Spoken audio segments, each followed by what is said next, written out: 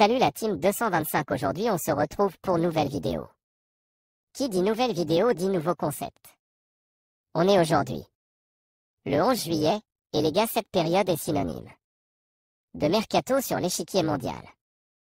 Concernant nos représentants ivoiriens, faut dire qu'ils sont très courtisés. Ainsi, le nouveau concept sera d'évoquer le mercato, les mouvements des footballeurs ivoiriens à l'échelle mondiale. On commence sans plus tarder avec Aubin Cramo, l'ex-pensionnaire de l'ASEC Mimosa, s'est engagé officiellement avec le club de Simba. Il paraphait un contrat de 2 ans, dans un club habitué aux compétitions de la CAF. Il pourra retrouver dans le même temps Stéphane Aziz, qui son ex-coéquipier à l'ASEC. Parlons maintenant de David Datro Fofana, qui s'engage avec le club de l'Union Berlin. Il s'agit d'un prêt d'1 an dans le club récemment 4e de Bundesliga et pourra ainsi jouer la Ligue des Champions. Pour ce qui est de Eric Bailly, Manchester United n'en veut, c'est clair, le joueur a été officiellement mis sur la liste des transferts du club. Pour les clubs intéressés, on note le Betis Séville prêt à s'attacher les services du défenseur de 29 ans, dont la valeur marchande s'élève seulement à 10 millions d'euros. Il en est de même pour Nicolas Pepe, placé sur la liste des joueurs transférables par Arsenal.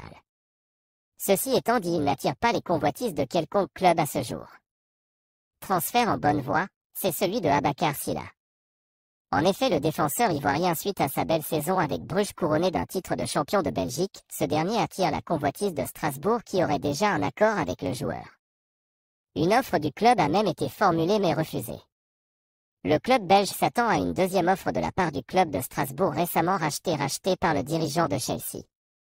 Parlons maintenant de Wilfried Zaha et de Seko Fofana, tous deux pistés par des clubs saoudiens.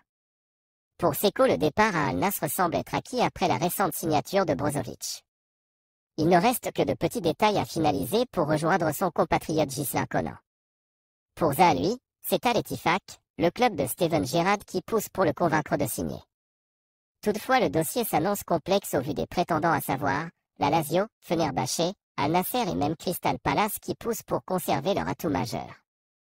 Concernant Franck Yannick Kessié, il est poussé vers la sortie par Xavi, qui le relate dans le journal Mundo Deportivo. Il dit, je cite: « Nous avons discuté et s'il décide de rester, il jouera moins de minutes que la saison dernière. » Tout est dit concernant Kessié, qui a reçu une offre de 20 millions d'EDE de la part de Al Hilal. Adingra Simon, quant à lui, a rallié son club de Brighton, où il portera le numéro 11. Soulignons qu'il fut prêté à l'Union Saint-Gilloise, où il a réalisé une saison concluante avec 13 buts et 13 assises, en plus du rang de dauphin de son club lors du dernier exercice de Belgique. Crasso lui signe officiellement à l'Étoile Rouge de Belgrade pour 4 ans. Le joueur de 25 ans se dit prêt à relever le nouveau challenge qui l'attend.